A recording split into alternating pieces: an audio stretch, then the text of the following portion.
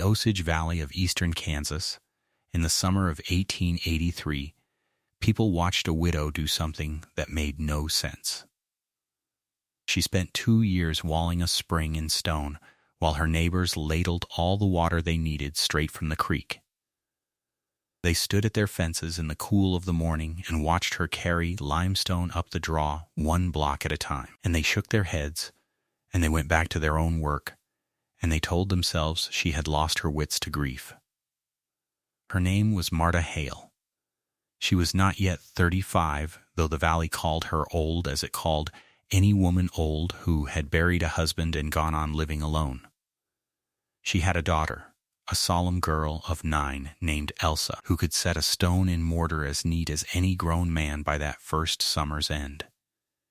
And she had a dog, an old brown shepherd named Tober, gray at the muzzle, who lay in the shade of the rising wall and lifted his head whenever the sledge rang against the chisel. Those 3 were all the Hale household there was. There was no one else to help, and no one who offered. What Marta was building sat over a spring at the head of a little draw, where the ground folded down toward the creek. It was not a well, and it was not a cistern. It was a spring house, and by the time she finished it, it would stand of nearly 900 hand-cut limestone blocks, each one squared and dressed by her own hands and her daughter's. The vault beneath it went down 14 feet to living rock, to the very seam where the water came up cold out of the earth.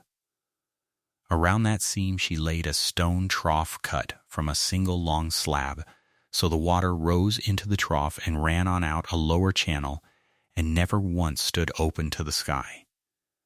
Over all of it she raised walls 2 feet thick, and roofed them and hung a deep-set plank door, and capped the spring tight against dust, against leaves, against the runoff that came sheeting down every hillside in a hard rain.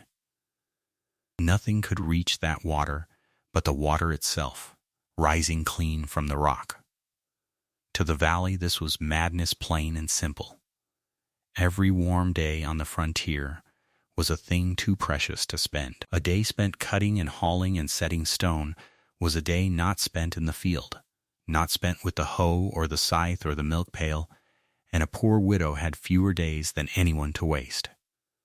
The creek ran right there at the bottom of the draw, easy and free. A body could walk down with 2 buckets and be back before the coffee cooled. Every other family in the valley drank from the creek or from a shallow well dug in the yard, and had done so for years.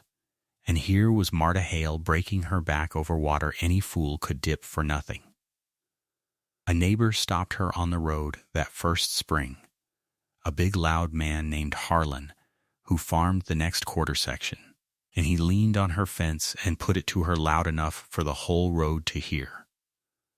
"Why break your back on stone, Marta Hale, when the creek runs free at the bottom of your own draw?"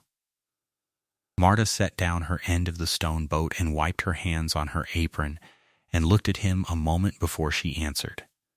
Then she gave him 4 words, and no more. "Deep water stays clean," she said. "That water's clean enough for the rest of us," Harlan pressed. "What makes yours worth 2 years of a widow's back?" But she only picked up the stone boat and went on up the draw. That was the end of the answer he was going to get. He told that story in town for a month, and every man who heard it laughed, because it was the plainest kind of foolishness. Spending 2 years and the strength of your only child to keep clean a thing that was already clean enough for everyone else.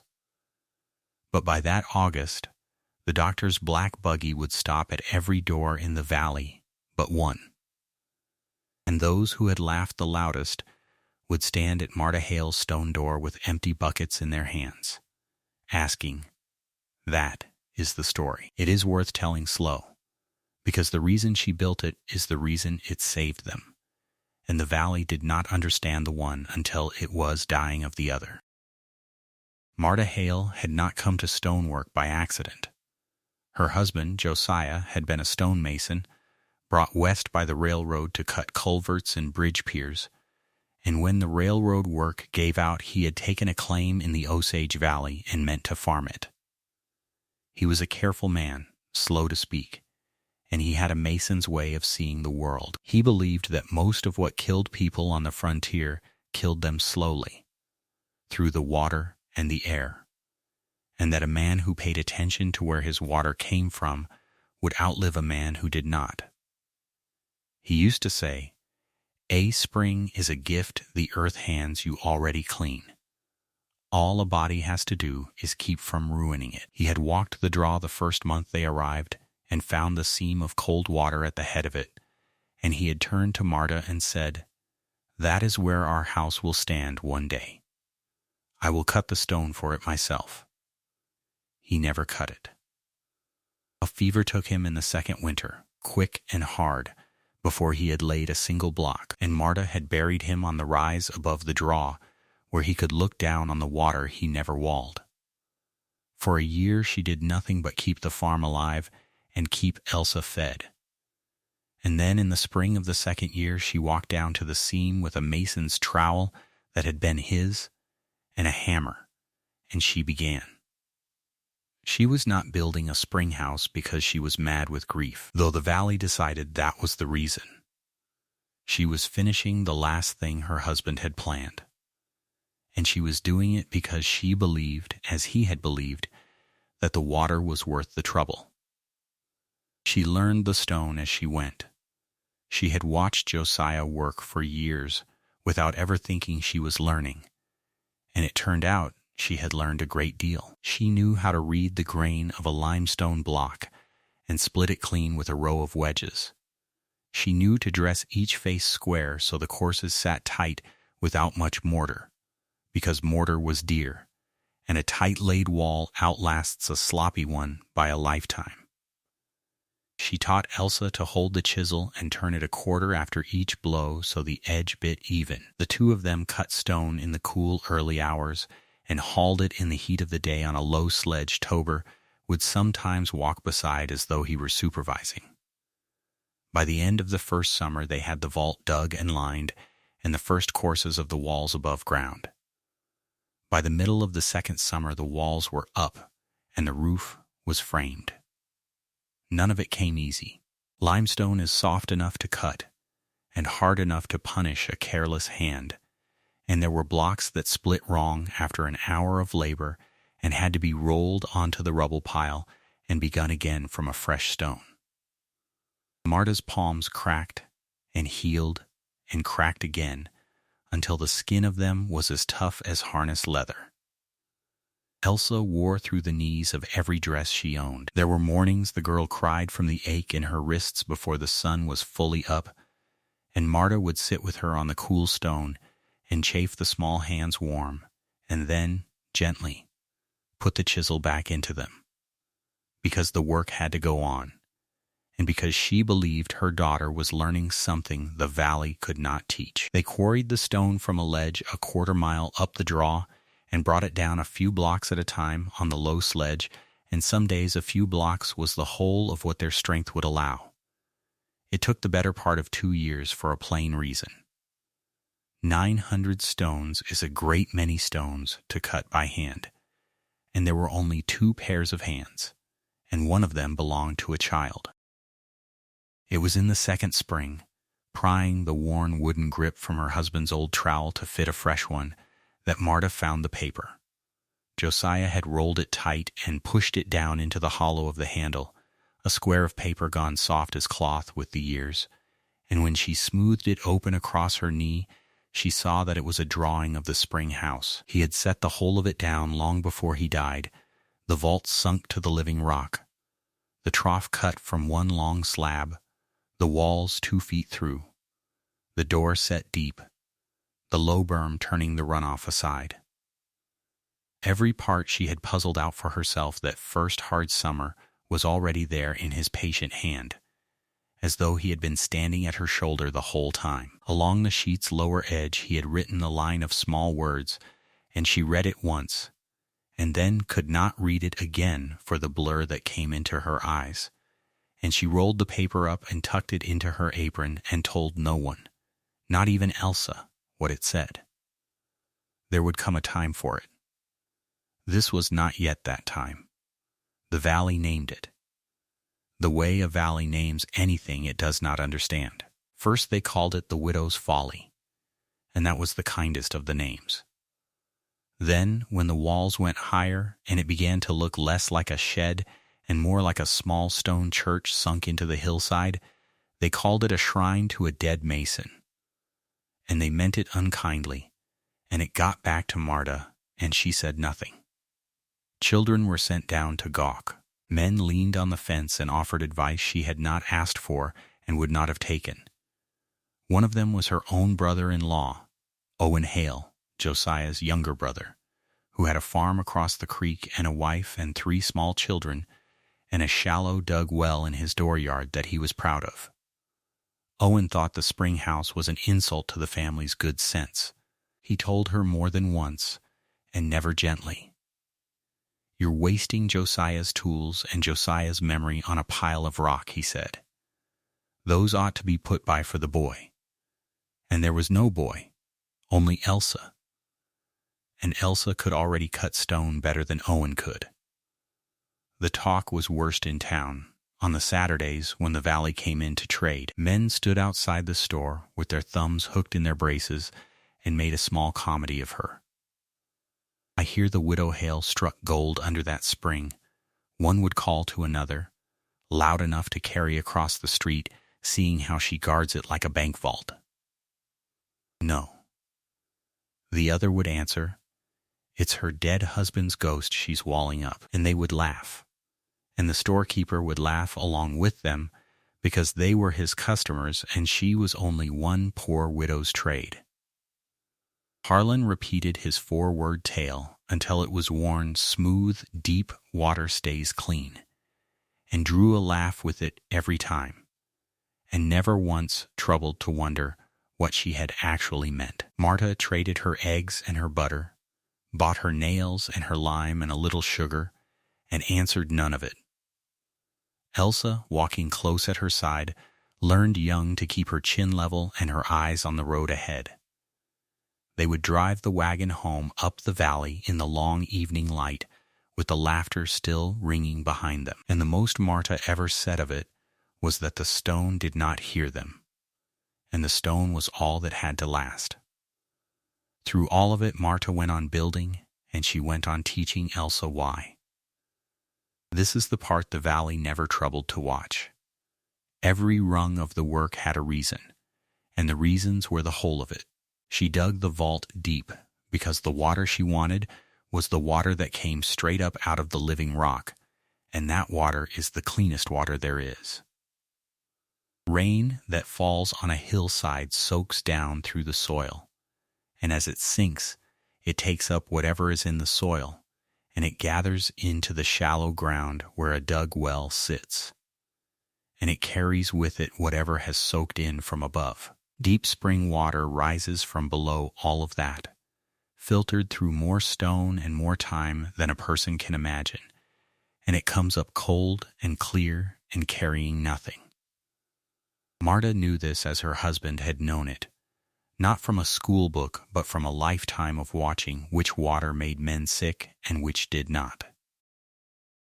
She walled the spring off from everything uphill because she understood that clean water does not stay clean if you let the dirt of living run down into it. Uphill of her spring, at a careful distance, sat the privy and the barnyard and the hog pen, as they sat on every farm. On most farms the dug well sat downhill of all of that, in the low corner of the yard where the water naturally gathered, which was the worst place a well could sit and the most convenient, and so that is where everyone put it. Marta had chosen a spring that came up above the reach of any of it, and then she had sealed it so tightly that even a hard rain sluicing down the draw could not get in. She kept the barnyard runoff turned away with a low stone berm. She never let stock drink from the trough. The animals had the creek in a separate tank, and the deep spring was for the household alone, capped and cold and covered, a thing set apart on purpose. And she kept it cold, because she knew, again as her husband had known, that cold water and covered water stays sweet, and that warm, still water sitting open in the sun goes bad. The vault held the chill of the earth all summer long. A crock of milk set on the stone ledge inside would keep 3 days in July, when it would sour by noon in a kitchen. That was the visible use of the place, the use the valley could have understood if it had cared to, and it was not even the important one. By the heart of that second summer, the spring house was finished. It stood honey-colored in the morning sun, courses of pale hand-cut stone climbing out of the green draw, the deep plank door standing open on a cool, dark room where the water gleamed in its trough, and the crocks stood ranked along the ledges. It was, though no one in the valley would have said so, the most solid and the most alive thing for miles. Marta hung a lantern inside the door. She set Elsa's first dressed block, the roughest one, in a place of honor at the corner, and she cut into it with Josiah's chisel a single line, so that his hand would be in the work even though his hands were in the ground on the rise above. Then she went back to her field, because there was a crop to bring in, and she let the valley laugh. The valley laughed until the fever came. It came out of the town, at the low end of the valley, where the houses sat close together, and the wells sat shallow, and the summer had been hot and dry and then broken by a week of hard rain. Later, men who knew about such things would call it a summer fever, a typhoid, and they would trace it to the town's own wells, dug shallow in the low ground and fed by the runoff of a town that had grown faster than its good sense. But at first no one traced it anywhere. At first there was only a storekeeper's boy who took to his bed with a headache and a slow climbing heat, and would not eat, and grew worse over a week instead of better, and then a second child in a house down the lane, and then a third.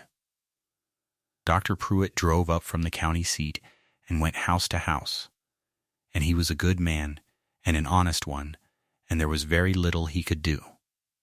He knew, as the best doctors were beginning to know in those years, that the sickness rode in the water, though he could not have shown it to you under any glass he owned.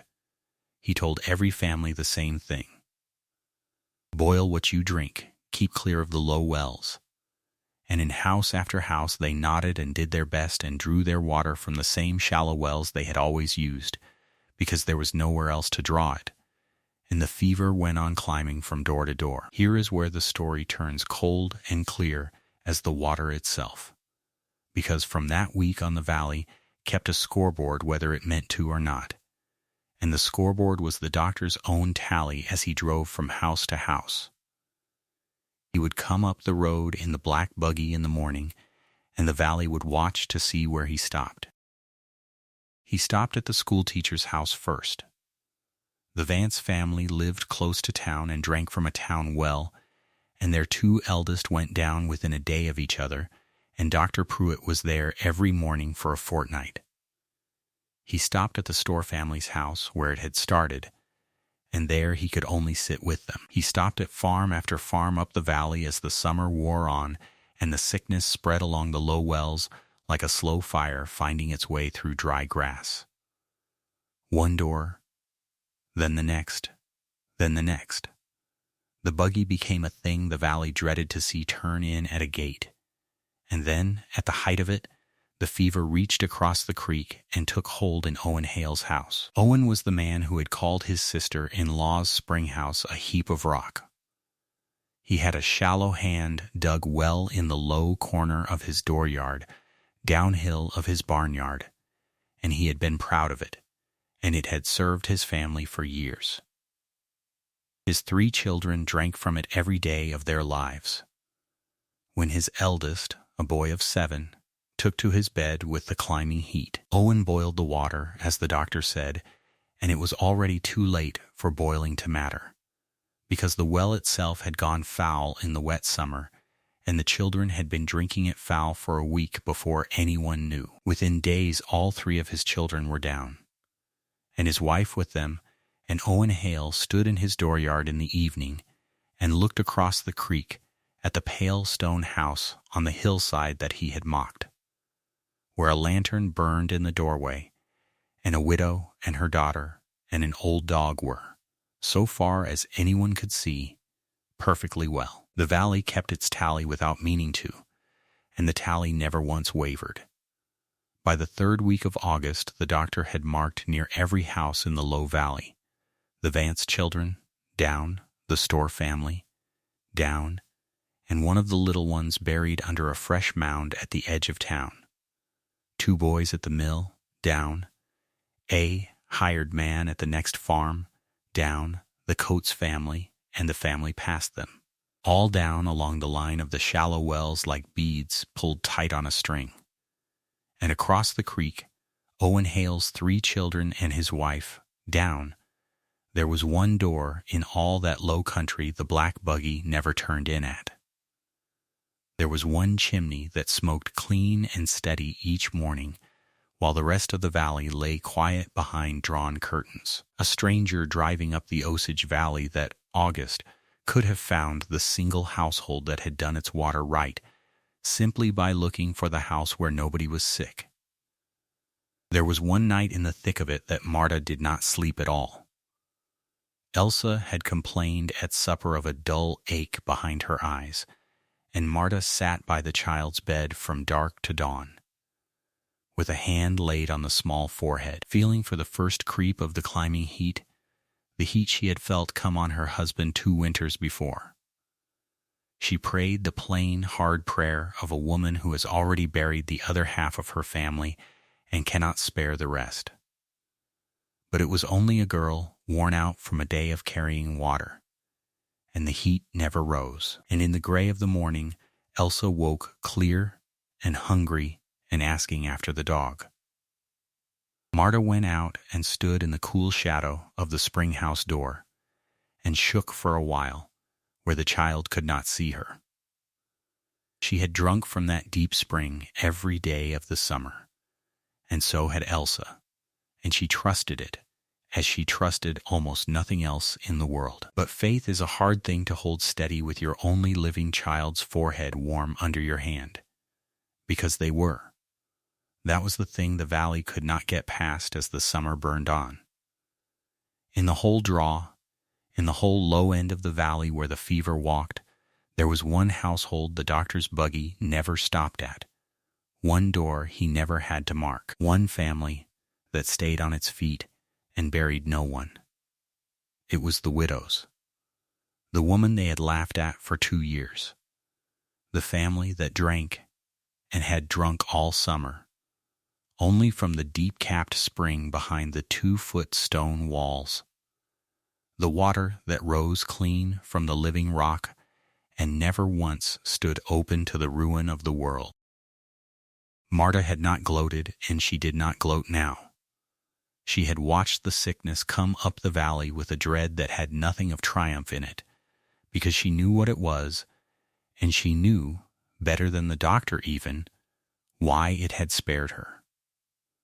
She had married a man who understood water, and she had finished the work he started, and the work had done exactly what he built it to do, and she took no pleasure in being proven right by a thing that was killing children she had watched grow up. She kept Elsa close to the house. She kept the spring house door shut against the dust of the road. And she waited, because she knew that sooner or later the valley would come up the draw, and she had already decided what she would do when it did. The first to come was a girl of 12 from the Vance house, sent up the hill at dusk with 2 empty pails, because there was sickness in her home, and her mother had heard, from someone who had heard it from someone, that the widow's water was safe. The girl came to the stone door frightened half out of her wits, expecting to be turned away or scolded for the sins of a whole valley that had laughed. "Ma sent me," she said, and could barely get the words out. "She heard your water doesn't make folks sick. I haven't a thing to pay you with." Marta met her at the door with the lantern in her hand. "Give me the pails," Marta said. "You'll pay me nothing." The girl gave them over.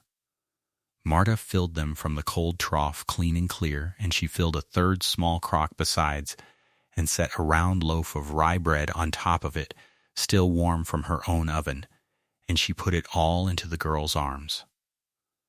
"Tell your mother to boil none of this," she said. "It needs no boiling. And tell her there is more whenever you come." The girl went back down the draw in the last light, with the full pails knocking against her knees. And the next morning there were 2 women at the door, and by the end of that week there was a path worn up the draw to the Widow's Folly, and no one called it the Widow's Folly anymore.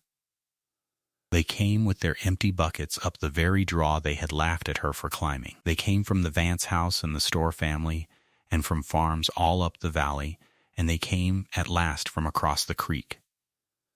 Owen Hale came himself, on foot, carrying the yoke and the 2 buckets he had once told her were a waste of good ash wood. He stood at the stone door of the house he had called a shrine, and for a moment he could not find anything to say at all. "I called this a shrine to a dead man," he got out at last. "I was a fool, Marta, and I said it where the whole town could hear. You were afraid for your children," she said. "Every man in this valley drank where his father drank before him." She took his buckets and filled them at the trough and handed them back full, and she put a loaf of bread on top, the same as she did for everyone. "How are the children?" she asked him. "The doctor thinks they'll come through now," Owen said. His voice was not steady. "Now that they've clean water to drink." "Then keep them on this," Marta said. "Come every day. There's enough. There was enough." That was the quiet marvel of the deep spring in the worst of that summer. A creek can be fouled, and a shallow well can go dry or go foul, but the cold water rising out of the living rock came up the same in August as it had in May, clean and steady and cold, more than one family could ever have used, and enough for a whole valley to drink. Once, near the end of a long day, Elsa asked whether there would be enough for everyone who kept coming up the draw. "Deep water doesn't run dry," Marta told her. "Your father saw to that." Marta and Elsa filled buckets from first light to dusk. Tober lay in the doorway in the warm and thumped his tail at every child who came, and the children who were well enough grew fond of him. And the stone house that the valley had feared to look at became, for those weeks, the one place in the low country that was not afraid. The fever broke at last, as such fevers do, when the weather turned and the town at last dug its new wells deep and away from the low ground. The valley counted its dead, and there were dead to count, in the town and among the farms along the shallow wells.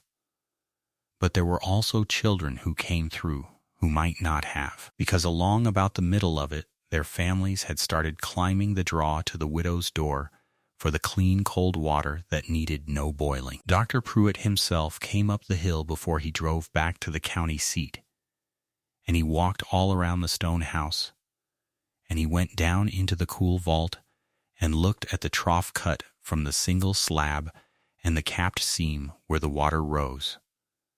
And he came up shaking his head, not in scorn now, but in something closer to wonder. "I've told families for 10 years to keep their water clean and away from the low ground," he said to Marta at the door. "I never once saw a soul actually do it, and here you done all of it 2 years before the fever ever came." "My husband told me how," Marta said. "I only finished it." The doctor looked up the rise to the grave under its plain stone, and he nodded slowly, as though he were being introduced to a man he wished he had known. And then he got into his buggy and drove back down the draw for the last time that summer, and he did not have to stop at a single gate on his way. What came after is the part the valley remembered longest, longer than the laughter and longer even than the fever. And it is the part worth carrying away from the whole story, because a valley, once it has seen a thing work, does not easily forget it. Through that autumn, the men who had leaned on Marta's fence and offered advice came back up the draw, only now they came with their hats in their hands to ask how it was done.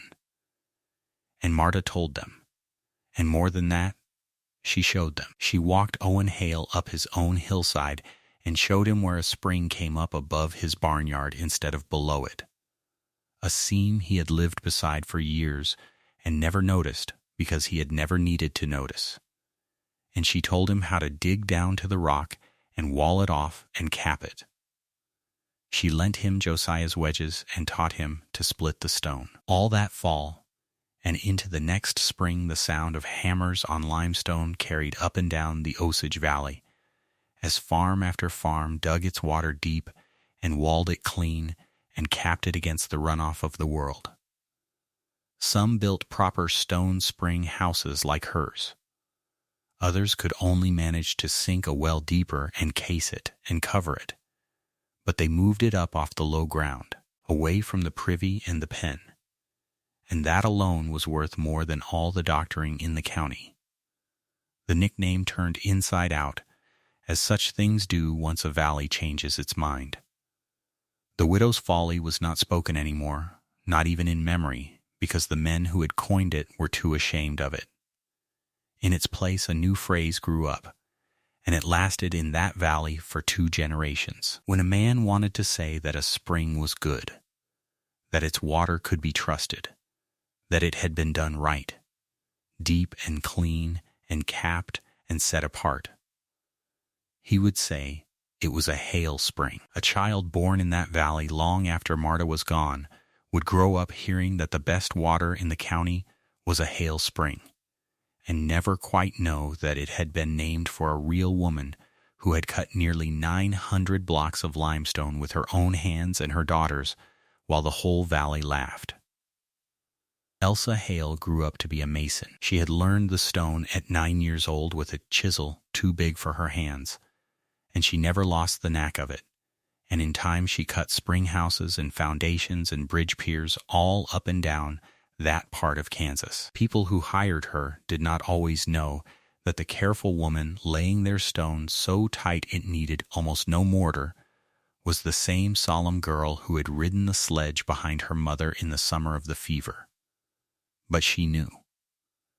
And on the corner of every good piece of work she ever laid, she cut a single line into one stone. The same line her mother had cut into the roughest block of the spring house wall, the line her father used to cut, a mason's mark passed down through a family that had learned to outlast the world by paying attention to the water. Marta Hale lived a long time in that stone-cool house above the draw. She saw the valley come around.